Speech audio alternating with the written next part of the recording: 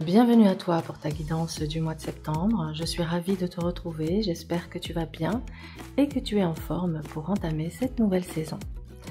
Ce mois-ci, je vais effectuer ton tirage général avec le grand tarot universel de Bruno de Nice. J'utilise uniquement les 22 arcanes majeurs.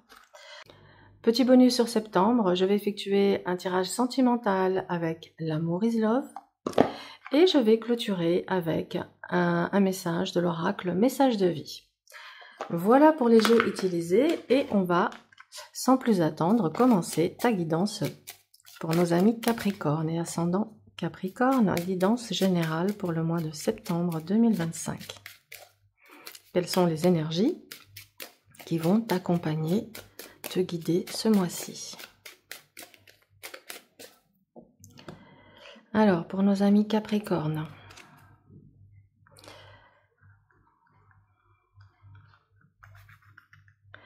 alors ici nous avons ton état d'esprit, le défi, le conseil, le résultat de ton mois et la synthèse. Alors, hop, qu'est-ce qu'on a?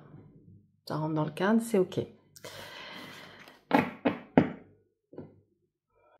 La lune dans ton état d'esprit pourrait indiquer ici une très grande sensibilité, une intuition exacerbée, une phase d'inspiration et de créativité, mais ça peut également parler de certaines craintes ou peurs ou angoisses que tu as. Dans le défi, la justice t'invite ici à regarder la situation qui te préoccupe bien en face, à être le plus honnête possible envers toi-même et envers les autres et à affirmer ta vérité. Il est possible que tu aies besoin ici d'établir de nouvelles règles, de nouvelles lois dans ton quotidien, dans ta vie. Le conseil ici avec le pape, c'est d'accepter une aide extérieure si tu en ressens le besoin.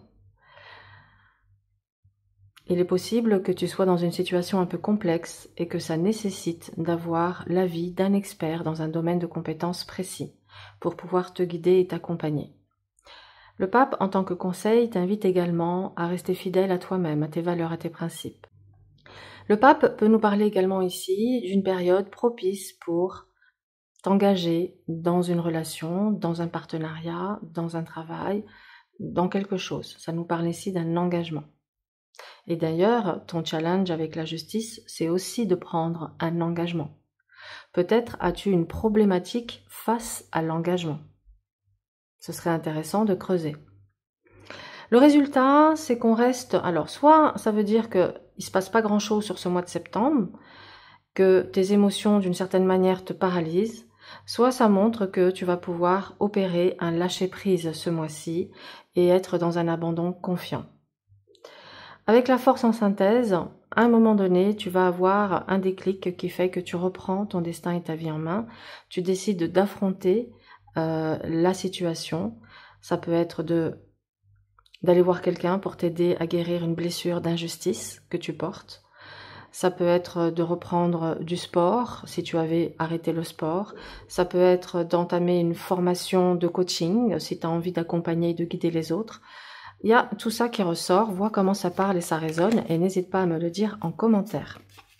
C'est aussi ta manière de m'aider à gagner en visibilité en mettant un petit like, un commentaire, un partage. C'est me remercier aussi pour ce temps, cette énergie que je déploie à faire ces vidéos. Allez, on fait un deuxième passage pour nos amis Capricorne. Alors, la tempérance, on voit que tu aspires à de la harmonie et de la douceur dans ta vie, que peut-être que tu en as marre de certaines batailles juridiques. Possible que certains d'entre vous aient eu une longue bataille juridique et que vous soyez fatigués, essorés, que vous en aviez marre, vous avez tout simplement envie que ça s'arrête. L'ermite montre que, ça y est, tu arrives à la fin d'un cycle et d'un chapitre. Il y a bien une décision qui tombe sur ce mois de septembre. Mais l'ermite, il t'invite également à tirer les leçons et les conséquences de ton passé.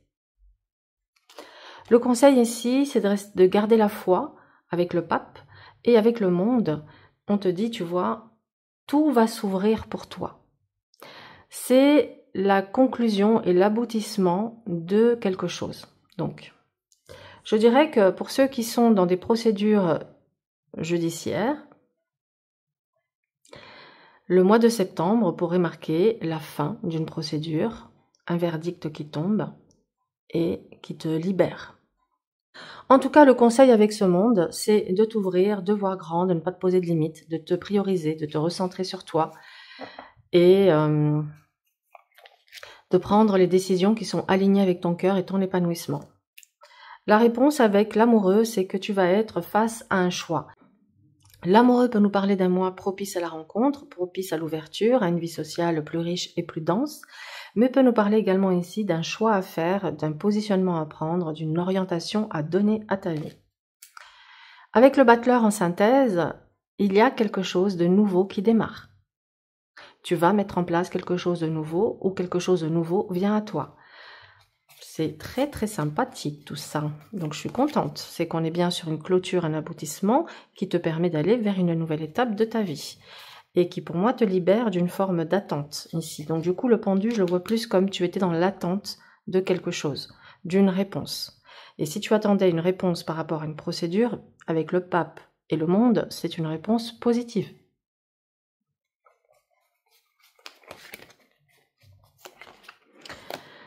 Alors, avec la papesse, eh ben, écoute, tu sauras faire preuve de sagesse, d'intuition, de patience. Tu vas planifier ton avenir de manière sage et efficace. Le défi sera de te faire confiance. L'impératrice en contre peut être liée à un manque de confiance en soi ou un manque de clarté ou de visibilité sur la suite. Donc, le conseil ici avec cette configuration, c'est que si tu as besoin d'informations complémentaires, va les chercher, va te renseigner, va voir les personnes compétentes pour avoir les informations qui te manquent. Si tu as besoin de faire un courrier, n'hésite pas à demander à quelqu'un une aide pour t'aider à faire un courrier très important. On parle vraiment d'un courrier important ici. Mais avec l'impératrice, il y a vraiment cette notion de te faire confiance, de donner naissance à tes envies, à tes rêves, à tes projets, et à être conscient et consciente de ce que tu manifestes dans ta vie au travers de tes pensées. Le conseil avec le diable, c'est de te montrer rusé. Il va falloir être stratège.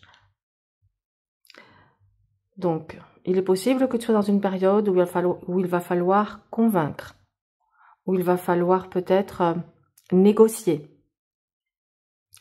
Il est possible également que une grosse somme d'argent vienne à toi ce mois-ci et que tu aies justement à réfléchir comment investir cet argent pour ne pas faire d'erreur. Le résultat avec le jugement, donc il y a des nouvelles qui arrivent, que ce soit des nouvelles extérieures qui viennent à toi ou que ce soit par des prises de conscience, il y a une situation qui t'amène à une libération, à un renouveau et tu vas pouvoir renaître de tes cendres et sortir d'un long parcours ici qui a été lourd et fastidieux. On a la victoire. Mes amis Capricorne, tu as la victoire, tu as le triomphe. Donc tu ressors vainqueur d'une situation compliquée et difficile. Et tu peux sortir vainqueur d'une bataille juridique,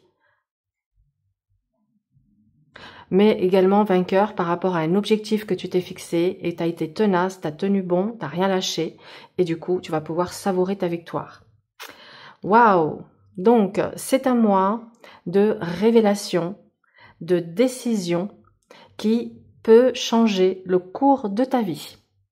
Et probablement, ici, on t'accorde soit un prêt, soit tu touches une grosse somme d'argent qui te permet de pouvoir évaluer et donner une nouvelle direction à ta vie. D'où le fait que tu réfléchis et que tu planifies comment tu vas faire avec tout ça. Stratégie, peut-être faudra aller voir un expert financier pour t'aider à gérer cet argent, à le placer correctement. Voilà, donc ça demande de la réflexion, de la sagesse, de la patience, de l'ordre, de l'organisation, mais tu vas vers une nouvelle étape de ta vie. C'est magnifique. Allez, on va aller voir maintenant côté cœur ce qui se passe pour toi. Évolution sentimentale pour nos amis Capricorne, que tu sois célibataire ou dans une relation.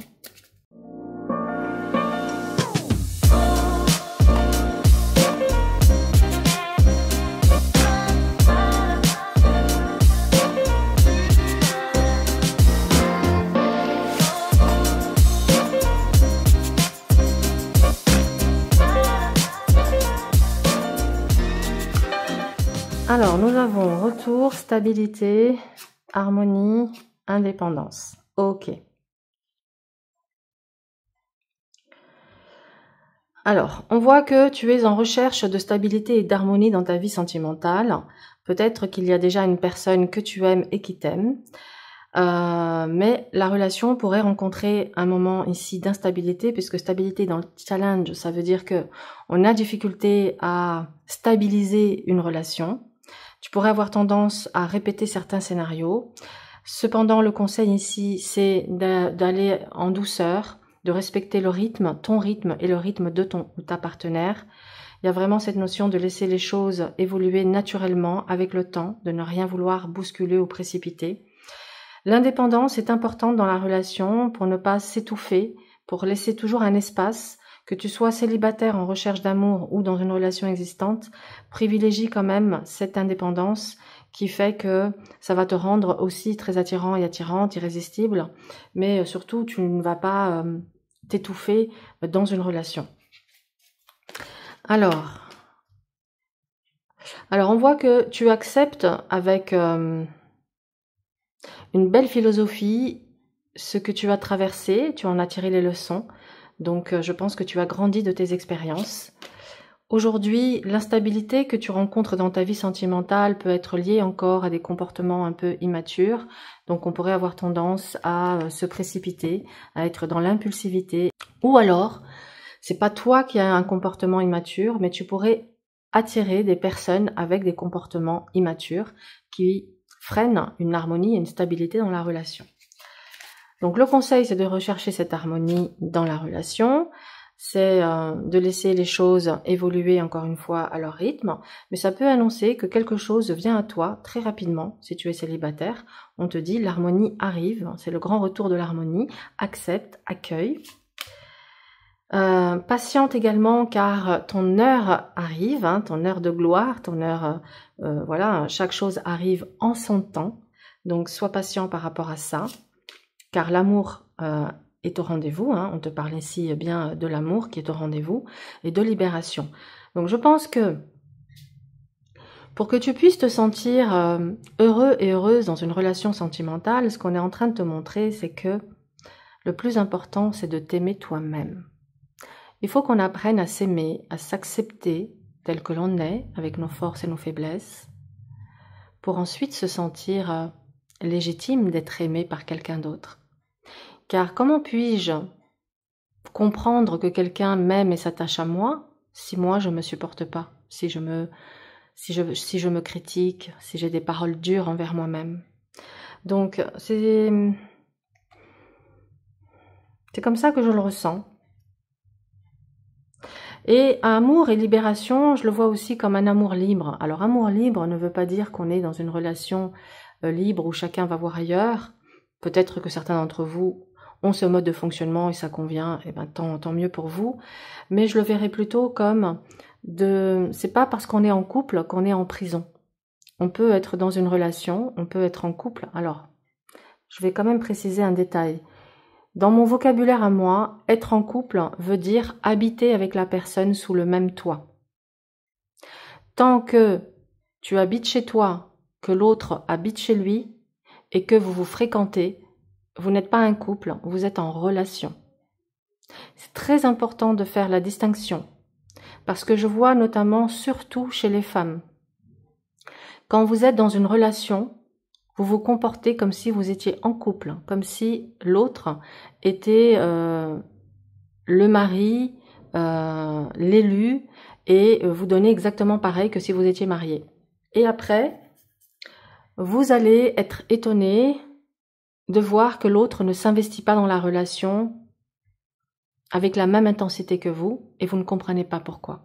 Oui, parce que l'homme, lui, tant qu'il n'a pas mis la bague au doigt, tant qu'il n'est pas marié, il ne te considère pas comme sa femme, et il ne te considérera jamais comme sa femme. Et là, mes paroles, elles peuvent choquer certains, mais c'est de la pure expérience, non pas de mon propre vécu, parce que bien sûr mon vécu, il rentre en ligne de compte aussi, mais de toutes mes années de consultation, où j'ai des femmes et des hommes en consultation.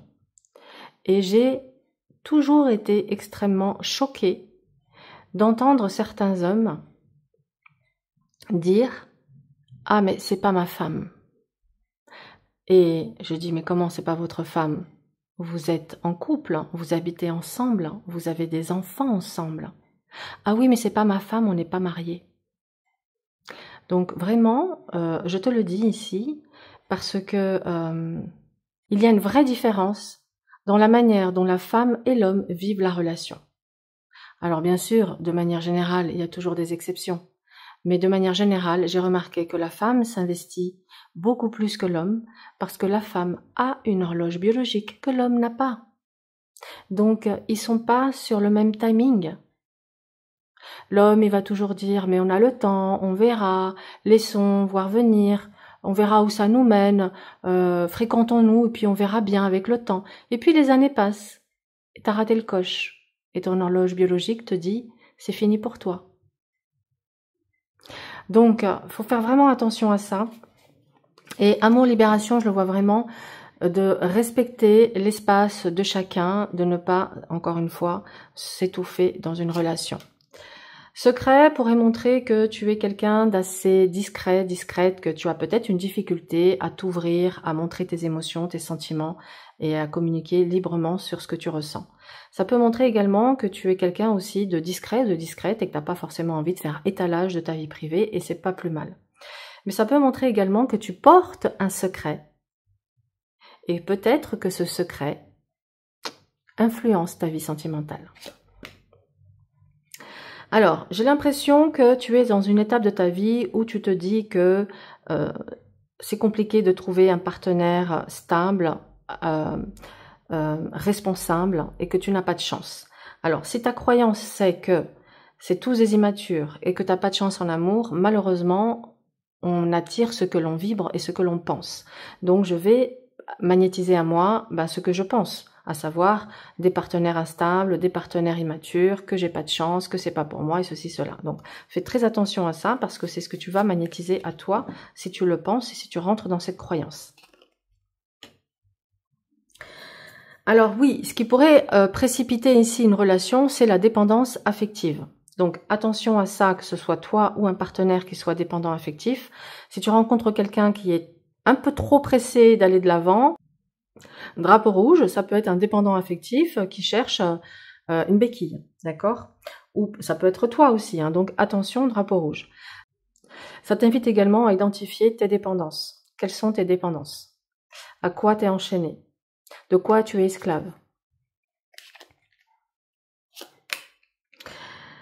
Alors, nous avons déception et force.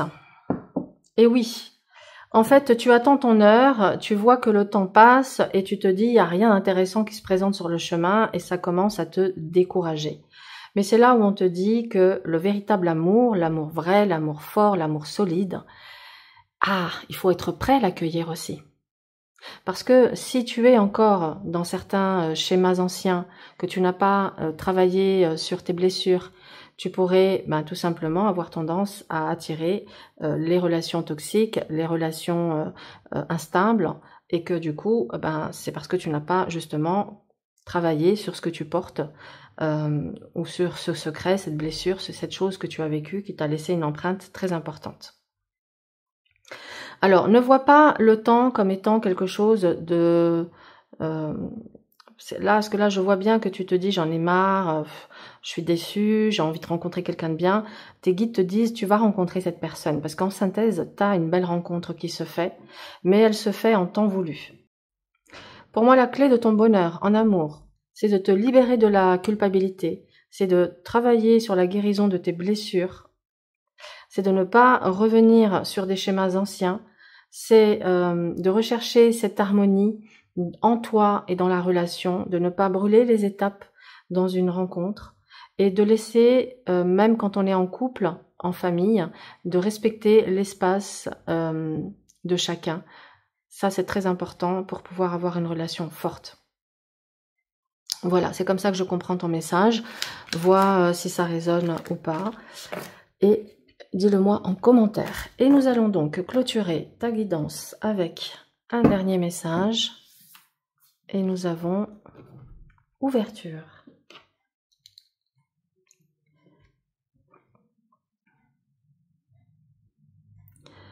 Si une porte se ferme, une autre s'ouvre. J'ai confiance en l'univers, j'ai confiance en moi, j'ai confiance en ma réalisation.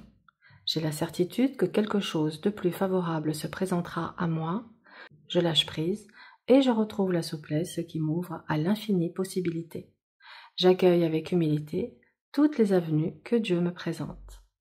Écoute, magnifique message pour toi. Je te laisse regarder l'image comme elle est belle.